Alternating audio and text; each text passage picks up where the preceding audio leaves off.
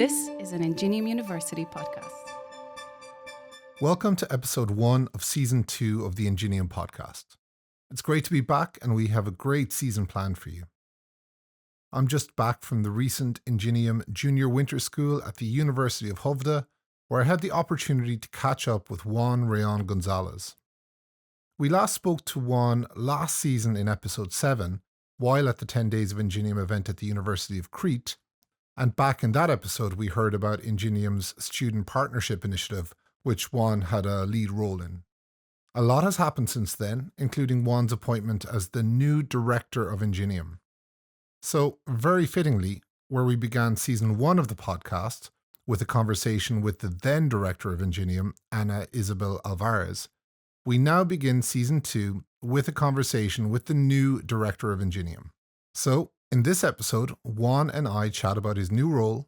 We discussed the strong foundations INGENIUM has built over the last few years and, crucially, his priorities for the months ahead and the ambitions for the Alliance over the next 2 years.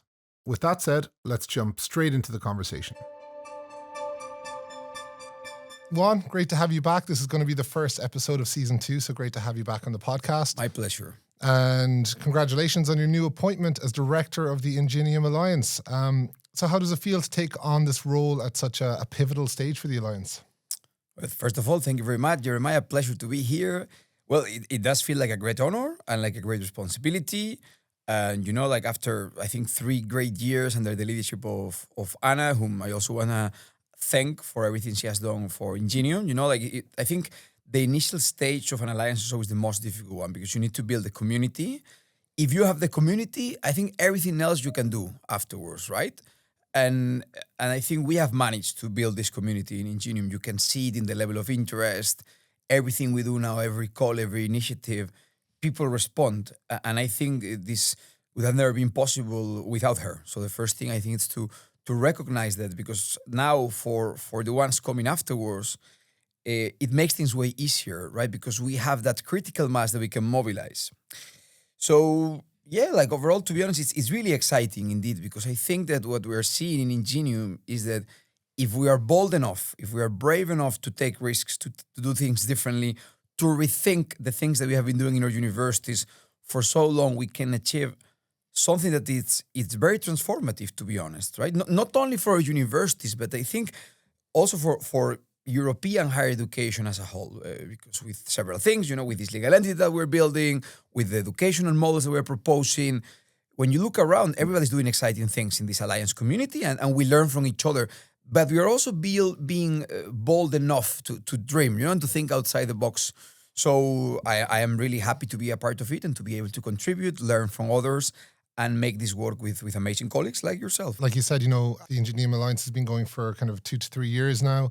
Ana and everybody else working on it has been doing great work up until now, and that community that you mentioned has started to have been built up. It's already kind of moving forward. So as you step into the role with all of that momentum behind you, what are your immediate priorities as you kind of step into this new role? So, many priorities actually, because it's a particularly exciting moment. On the one hand, it's very immediate, like 1 month from now. We're recording this in the beginning of February. We will submit our next funding application to the European Commission for 2 years. It's not really an extension, right? Because we apply for new goals, new objectives.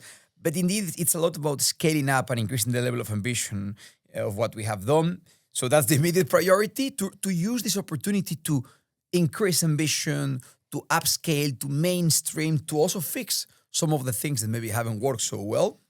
And we're really trying to mobilize the community for this, to give space for everybody. Already from the very beginning, we had an open forum where anyone could submit questions. We're planning now, to interact with the research groups, with education labs, because we have so much knowledge, so much, amazing opportunities within our consortium that we don't really have to reinvent the wheel at this stage. We need to see what works and think about how we can make it better. And that's extremely important. But then over this year, which is the final year of the first funding period, we have a lot to do. We have a lot on our plate. We need to finalize the joint education offer to roll it out, especially throughout the next semester. So this means the first joint programs at the master level, new PhD programs. We already have one, but we want to improve it and have more. Some of them are really, really ambitious because we have really good proposals coming from the recent calls. These INGENIUM pathway programs, INGENIUM challenge-based mobilities. So there is this very comprehensive joint education offer that we have been working on for the last 3 years. And now is the moment to roll it out. But that is not going to happen automatically, right? We still need to sort out a number of things. So it's going to be about working with the academics to give them the right support so they can focus on the academic side and they get all the support they need in administrative terms. It's about developing the structures and mechanisms to operationalize this. It's about interacting with the students so they see the value in joining these programs. And I think this is a core transversal priority. And then we also have all this institutional transformation dimension, which involves finalizing the registration of our legal entity, a European Group for Territorial Cooperation, which is super exciting because we could become, if we manage to register, which I'm sure we will because we're already quite advanced, the first European Universities Alliance having this type of legal instrument at the European level, right? Positioning INGENIUM as a true leader in European higher education. But even beyond that, universities are working on these transformation plans, looking at which processes, which regulations, which structures they need to adapt to ensure that they can accomplish INGENIUM objectives.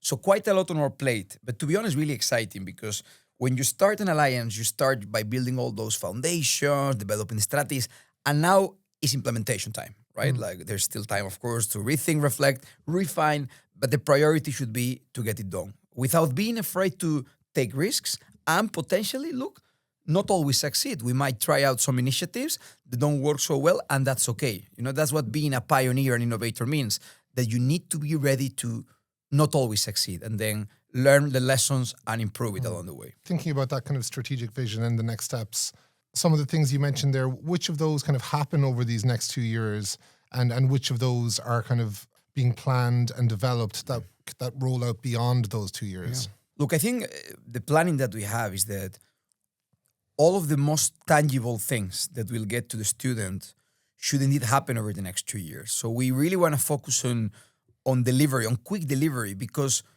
you need to keep the community engaged. You need to demonstrate to your students, to your academics, but also to your funders that you are delivering results. And I believe in that accountability of universities in general and IELTS in particular, right? And I think that the planning that we have is that we will have probably at least 4 or 5 programs accredited within 1 year and a half, in less than 2 years, new PhDs, the pathways. Many of these things are going to be rolled out already from the next academic year and for sure over the next 2 academic years, right? But then what we're looking at in the more of the long term is scale. Scale is key for an alliance because we want to be inclusive and accessible for everybody. We want to have opportunities for all types of students and academics, all types of learners, I would say.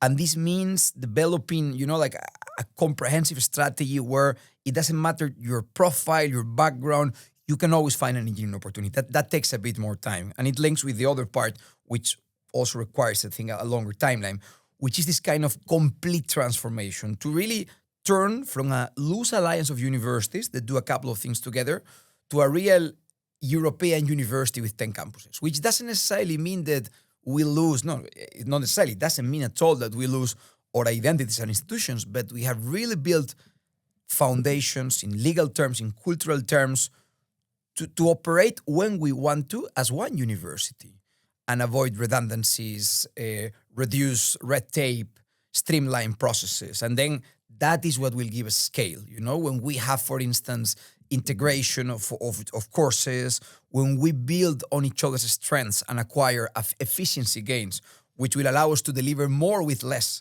And I think that's the biggest strategic value of an alliance, but it takes time indeed, because you need to involve a lot of people, you need to have a lot of conversations. You also need to have the creativity to rethink processes in a way that has never done until now. In the end, for me, come from a legal background and more specifically European law, it's fascinating because it's really similar to the process of building the European Union, right? Where you create certain mechanisms that allow you to operate together and achieve a certain level of integration while retaining your identity. And again, there's a lot there. You mentioned the joint programs, you mentioned the PhD, the mobility is in there as well, the shared infrastructure, while maintaining that kind of individual identity. So far, I guess, kind of transitioning into your new role and from what you've done in the past, where are you seeing the successes so far that are the kind of easy wins and the easy things to kind of move forward? And where are you seeing room for growth or improvement? Great question. Look, the successes, I think they come. We have many important successes, and to me, like what is most important is once again the provision of opportunities to students, to academics, etc. We recently had this joint education call with more than 260 expressions of interest. In the end, it resulted in more than 80 applications. So these are 80 applications to deliver around 25 micro-credentials, 20 BIPs, 15 collaborative teaching and learning opportunities. We have tremendously ambitious joint PhD proposals. So that means that we have achieved something, that we have managed to convince our academics that it is worth taking that step forward and proposing things they have never proposed before. Well, we are also seeing it. As we speak, we find ourselves in this school, right? In junior school for bachelor students, which is being a tremendous success. We see that through these schools, we have managed to integrate challenge-based learning, engagement with stakeholders, while building a great community of students. Students from the 10 countries, they come here, they make friendships. We see the successes in things like the student partnerships, which we discussed in the last season, right? Where we had at least 8 projects that were extremely successful in bringing students together and proposing concrete solutions, right, to many societal challenges.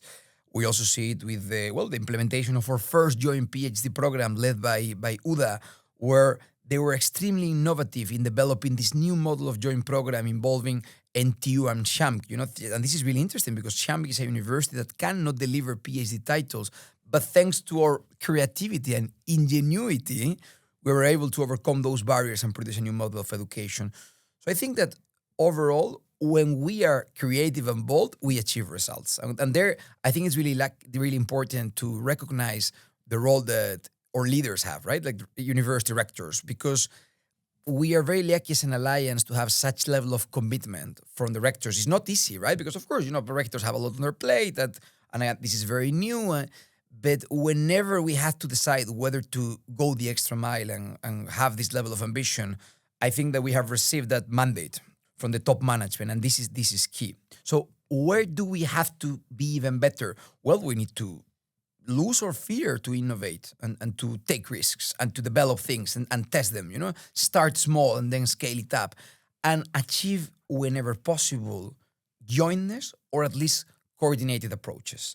We have done in some cases too much of let's agree that something is important and implement it completely in parallel without any kind of jointness, right? Without challenging ourselves and really planning together and delivering together. And I think this is key because in the end, when we achieve this jointness, for instance, when we agree that we will teach a course together rather than just choosing a topic and do it in parallel, it's when we learn from each other, when we challenge our assumptions, when we reflect on whether the way I have been doing it for 20 years is the best way possible, or maybe I want to take something from you. So to me, this kind of boldness and the jointness are key guiding principles, right? Not being afraid to test, having open processes that involve all the members of the community. I think that's also something really good. We see how well it works, whenever we try to reach across the aisle and talk directly to academics who might be involved in concrete initiatives like education labs, research groups, and ask them about their perspectives, and then take those bottom-up practices, scale them up, streamline them. So I think we do have room to maneuver and room for improvement in all these processes. And if we start to do it more, and this is what we're trying to do now with the +2, we'll become even more impactful as an alliance. And actually, that's really interesting about that PhD program. I didn't realize that. And I think if people are more aware of things like that, it shows them the value of INGENIUM, like staff in our universities. If there are limitations within our own institution, we have INGENIUM that allows us to do something else, and it gives us more possibilities. It's complementarity. That's very interesting. This is the main value. Like, that's the thing. It's really, so we should avoid pouring more water into buckets that are already full, right? That's the thing. Like, we should learn from each other and use the expertise that each university has to complement each other and improve overall. This doesn't come naturally, right? Because universities are used to work in a completely different manner. So this is where we need this kind of innovation and new approaches. And then tell me, how do you see, there's so much going on with this kind of initiative. There's all the different work packages who have their designated kind of pieces of work. So, for example, where do you see digital learning, for example, playing into the next 2 years? So I guess the responsibilities of work package 3. Or for example, the work being done by those working on sustainability. Yeah. How do you see those different kind of parts, pieces of the puzzle kind of playing into what happens in the next 2 years? So, first of all, what we need to understand is that work packages are project management structures, right? That we use to organize our work, create tasks, and then report to the European Commission, but they should not necessarily define how we work. It's super important in any organization to avoid silos and create, like streamlined workflows where people talk to each other and we focus on the objectives that we have. And in that sense, for instance, digital learning is a really interesting case in point, because in digital learning, we should follow a form follows function approach. We should think first about how do we want our students to learn, what do we prioritize, and then reflect on what should be the role that technology can have. In our case, we know that something that we prioritize a lot is jointness, student-centered learning, student collaboration, challenge-based learning. So then digital learning should respond to those needs, right? In the sense that the platforms that we have, the mechanisms that we use should serve to reinforce these ideas, to allow students to collaborate across borders, to talk to each other, to acquire these real-life skills. So then I think it's something that we need to prioritize even further. Well, as part of this kind of rollout of joint education, the rollout of the learning management system and the course catalog will be an important part, where we plan to include the first INGENIUM micro-credentials and other courses there. Some of them are already in the platform because, as you know, some of them, like digital wellbeing model, have already been taught using those platforms. But once again, what we want is scale. We need to stress test these platforms when we have a number of students going there. But what is really important is we always look at them from this angle, right? Are they allowing us to achieve our educational objectives, which are probably along those lines, right? It's about students who are able to respond to societal challenges, who are technologically aware also of the challenges of technology, who know how to collaborate. And I think this will become even more important in the next project phase. That's at least what we are planning, right? And I think with sustainability, interestingly enough, is the same. In this first funding phase, I think we have been very good at developing the backbone, the initial policies, at understanding what's more important to us. But now the real challenge is how to embed sustainability in the curricula. What are the kind of initiatives that we can put in place to ensure that our students acquire the knowledge, the skills, and the attitudes to live a more sustainable life, right? To bring sustainability to the workplace, but not only, also to their daily lives, to their lives as citizens, as members of the community. And this is always the key, like developing a deliverable sustainability. Of course, it can take more or less work, but it can always be done. The challenge is how do you take those commitments and then ingrain it? And for that, we need creativity. We also need to connect the dots. We need to use the tools we have, in the sense that we need to use, for instance, the training that we want to have for educators. We need to use stakeholder engagement and also think more strategically. For instance, if sustainability is important to us, but also stakeholder engagement is important to us, how can we connect both and work more with companies, with NGOs, with local governments on ensuring that our students can engage with challenges related to sustainability? So I think this streamlining and aligning priorities is at the core of our agenda at the moment, and I hope that we'll be able to design new activities for future funding phase that respond to those needs. So I guess kind of continuing on that idea of collaboration and innovation, bringing the other stakeholders in, continuing to bring our students and staff in. How does INGENIUM plan to kind of continue to support research collaboration? A lot of it up until now, I think, has been focused on learning and teaching a lot. Where does research collaboration fit into all of that? Yeah, I think research collaboration is incredibly strategic, right?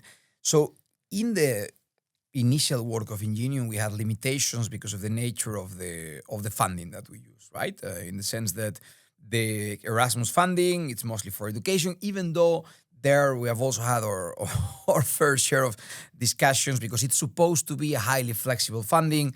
In the end, you end up facing a lot of limitations from your funders who ask you to really define the limits, which doesn't really make any sense, right? Because in universities, research, education, service to society, it all converges, it all mixes as it should be.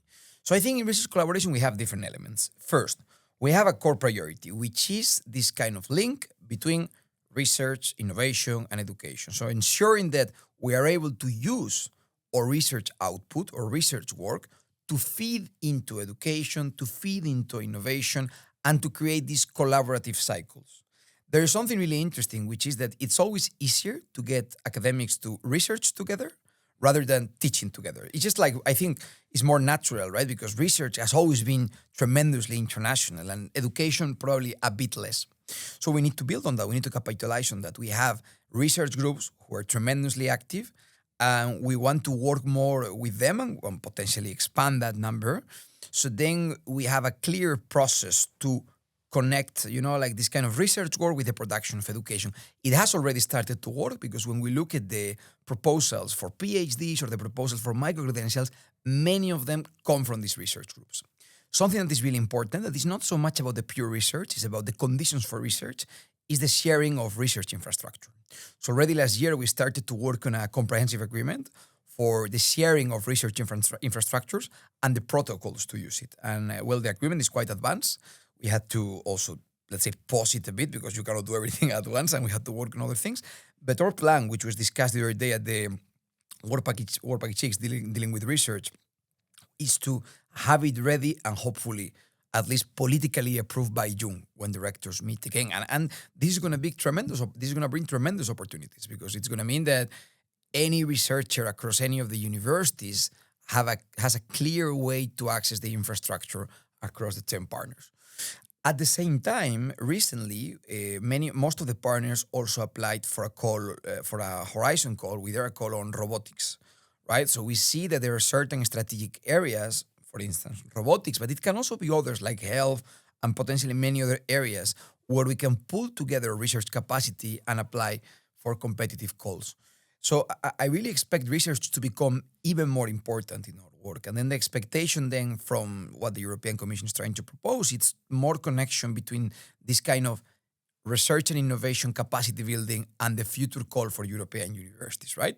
So then hopefully in the future, we can have more of these activities focusing on the creation of research capacity, link with this interaction between research, education, and mechanisms to ensure that research feeds back into education, and at the same time, thanks to this added capacity, be more competitive in research calls, such as Horizon competitive calls, right? So I think that we need this kind of multi-pronged strategy to really be effective. But the great thing is that we already know that the community wants this, right? Like the researchers, they are interested in this, and they are producing things that can be extremely strategic, not only for their own research, but for the consolidation of INGENIUM as an alliance. Yeah, and best of luck to our colleagues on that Horizon application. Definitely. Having success like that across the alliance would be so valuable to show others the kind of benefits of that as well. So it's very interesting. Looking forward to hearing more about that. Maybe just finally about collaboration and innovation. Are there any kind of particular examples of successful joint initiatives or pilot projects that you'd like to highlight as models for the future cooperation that we have? I mean, you've kind of done that a little bit. You've mentioned a lot of projects actually, but any particular ones that you can think of? Let's start with something that has been truly inspirational, such as the Digital Wellbeing module, led by Ona O'Brien from MTU. A fantastic example, group of academics that, once again, it's really interesting because they tried to put, they put together a project application for the research groups. They didn't actually get it, but they kept on working together and then created this joint module that then became a blended intensive program, and they did already 2 editions. Academics from 8 universities teaching, students, I think also from 8 or 9 universities participating, blended with combination of online components with a very intense physical mobility for a week, first in Ireland, then in Italy. I think it's a fantastic example of everything that we can achieve when we really try to produce jointness. Then, of course, as I said it before, I think that the example of the PhD is extremely inspiring. Innovative strategies for well-being, so also the topic is highly relevant, building on the expertise of the partners, leveraging their different strengths, flexible model, embedded internationalization. I think that was a tremendous success. And I would like to also showcase, once again, these examples of the links between research and education of all those research groups that started with, the idea of sharing results, learning more from each other. And now they produce actual micro-credential applications, right? So now we will have people who have been working together for 2 years all across the knowledge spectrum, right? The knowledge triangle, right? Or the knowledge square as it is called now And I think those are fantastic examples of everything we can achieve.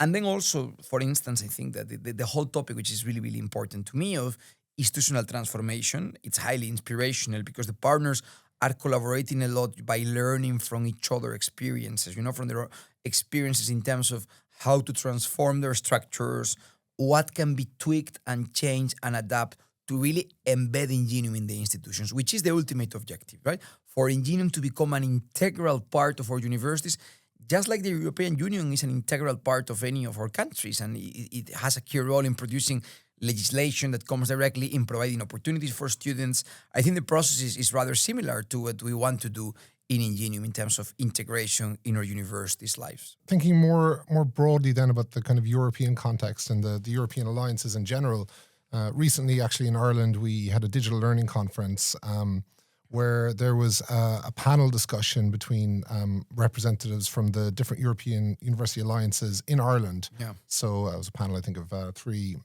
contributors, including Michael Hall from INGENIUM. And that was really interesting. I think there was a lot to be learned from that sharing of experiences, across the alliances. Yeah. Maybe you can speak to that. What do you see from the other university alliances that we can learn from or we can take on board?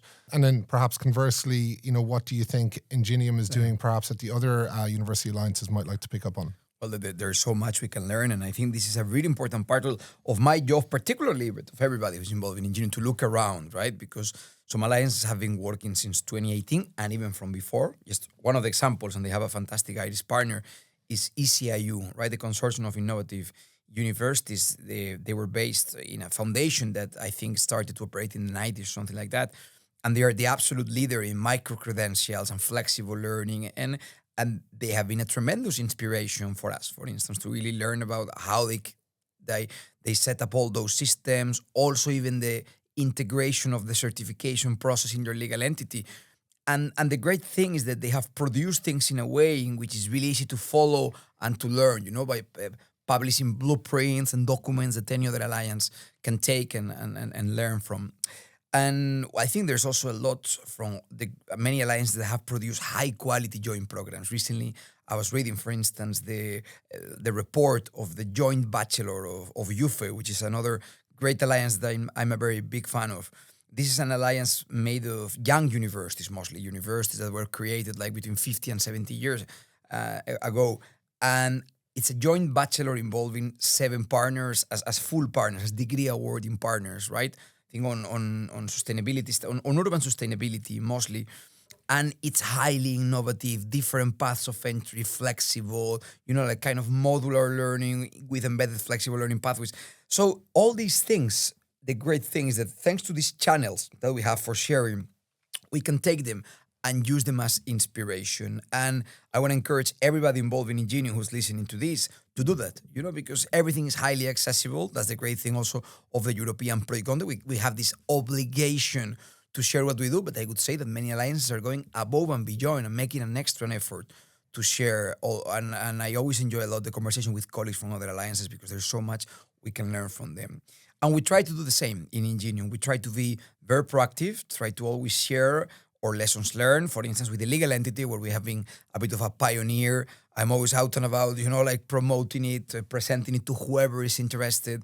And I think that's something we need to continue. Actually, tomorrow I will be presenting in a webinar or participating in the evaluation program of the European University Association. So I think that for us, both in terms of this kind of institutional integration element, but also the flexible learning pathways, the micro-credentials, we are testing approaches that can be really useful for other alliances. And our commitment should be to always share, both proactively, trying to go to the places where the information is shared, being active members of the community, and also, of course, reactively. When people contact us, it's not always easy, right? Because people are busy, but take the time to have a conversation with that person, explain, because I think we are in this process for a reason, which is to really try to transform European higher education, provide more opportunities to our students, to our staff member, and turn higher education into something that is even more useful to our societies in these times of disruption and transformation, where we need to reaffirm the key principles of the European model. And I think we are doing it. We have a great opportunity that we need to embrace. And I can assure that we will remain committed to that. Yeah. So much to be learned from talking to others and other alliances. And like you said, just keep doing it in all our kind of distinct roles and everything. Maybe taking it down from that wide European level and bringing it right down to the personal level to yourself. You're only very recently in the new job and, it's a cool role. That's kind of an exciting thing to be doing. Like, what's inspiring you most about about this at the moment? I don't know if you've even had time to think about that. You've been like straight into it. Yeah, well, look, to be honest, I mean, education and Europe are my passions. I was president of a European student organization. I've been doing this for 10 years, right? And it's really interesting because in the end, it's way more similar than people think, right? All these international circles, in the good part and in the bad parts as well. But to me, there's nothing more inspirational than seeing the impact of education and of international education more specifically, right? When you propose these new formats and you see how students embrace them and they experience something different and they challenge their assumptions and they really grasp the importance of collaboration and everything that brings us together and they become completely new people who are really more engaged with their communities and want to make a difference. And the same for academics who normally, I think, academics are extremely passionate people, the vast majority, who really believe in what they do, on the creation of knowledge and the sharing of knowledge, but they are so burdened by bureaucracy, frustrated. And I think our mandate is to make it easier for them. And it's a beautiful mandate to have, right? I mean, it's really building new processes and building new initiatives that allow them to unleash their creativity, allow them to focus on the important thing, which is discovering, researching, teaching, innovating, making an impact on society, and remove the burden from them. And those are my guiding principles. That's what motivates me, the creation of opportunities, making a positive impact on society, and doing that while not taking no for an answer, right? Like, at least not at the first stage. Understanding that everything can be changed and adapted and improved when you have the right plan, right? I am a lawyer by training, as I said. And to me, it's just very tiring when I hear, no, this is not possible, this is too complex. Yes, it might be complex, but we can make it more simple.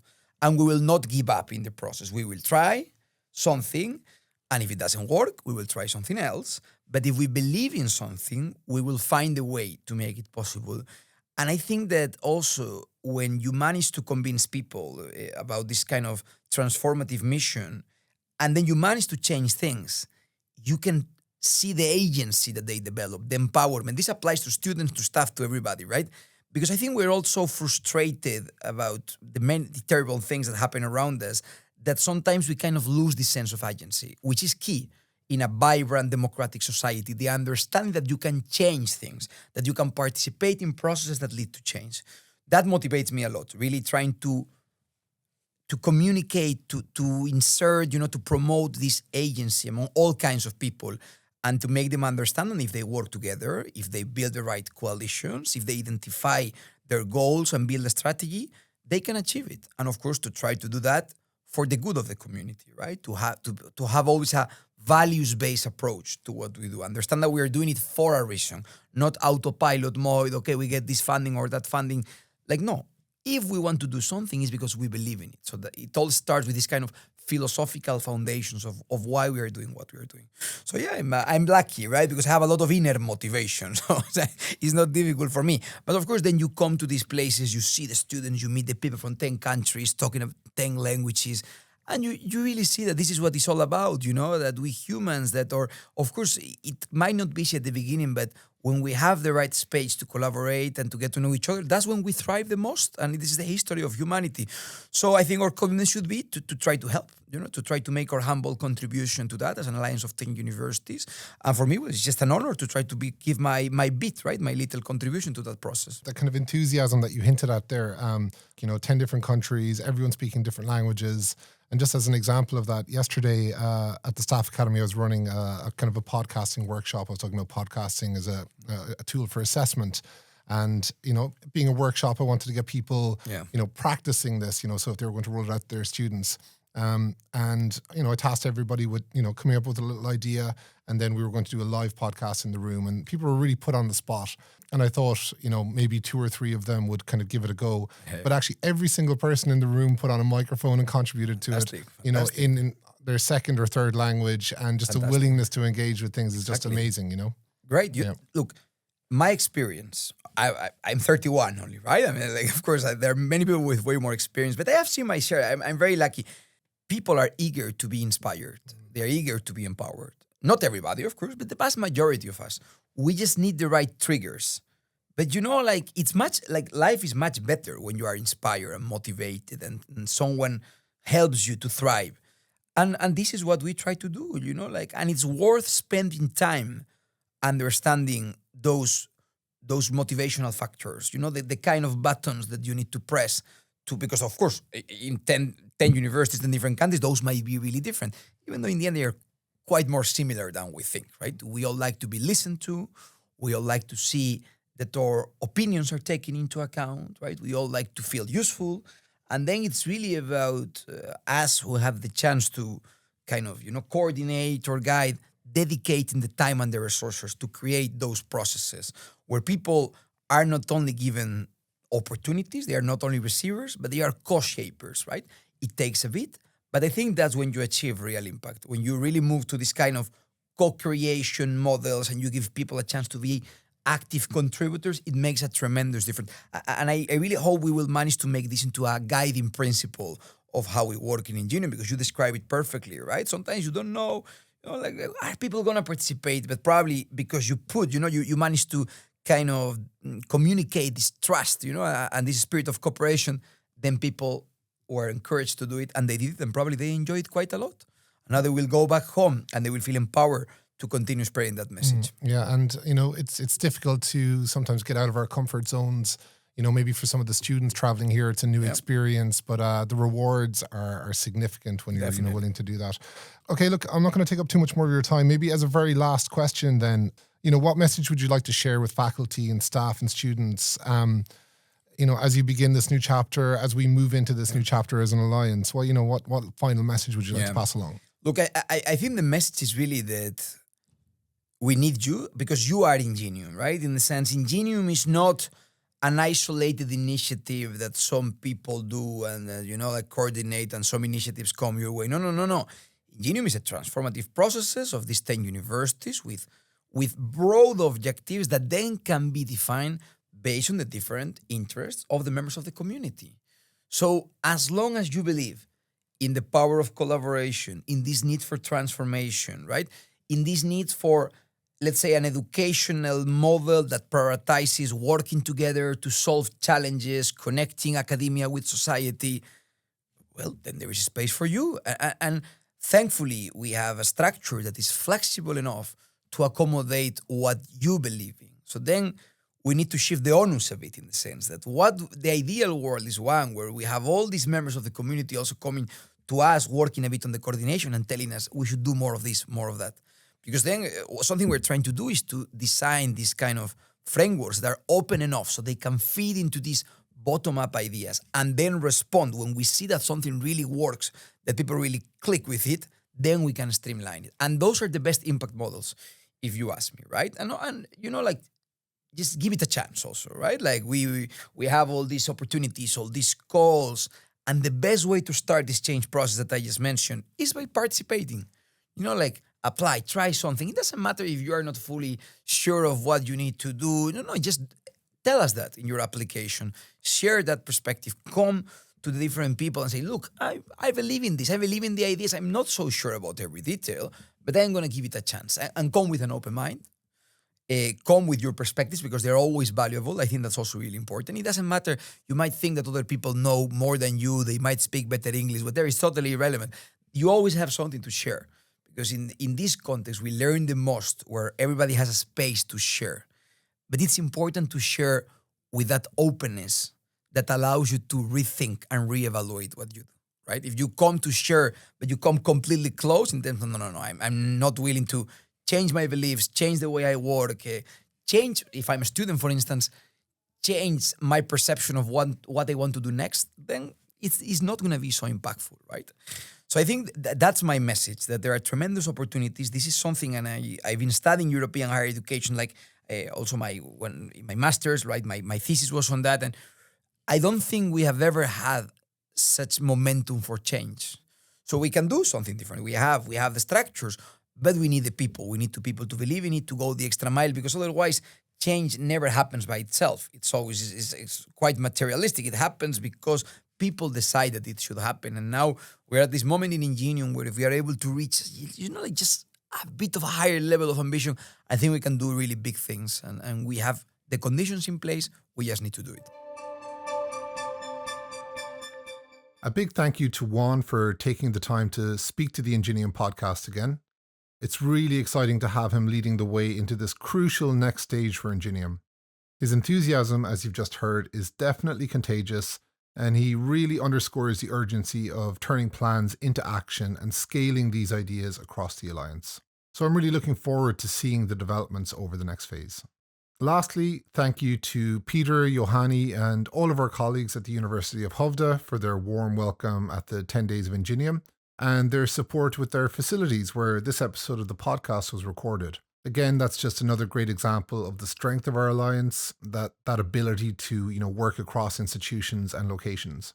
Finally, the intention this season is to get an episode out every 2 weeks or so. So please do subscribe to the podcast via YouTube, Spotify, or wherever you get your podcasts. And please do reach out to Tom and I via LinkedIn if you have any feedback on the podcast or if you want to contribute in some way or other. Until next time, take care.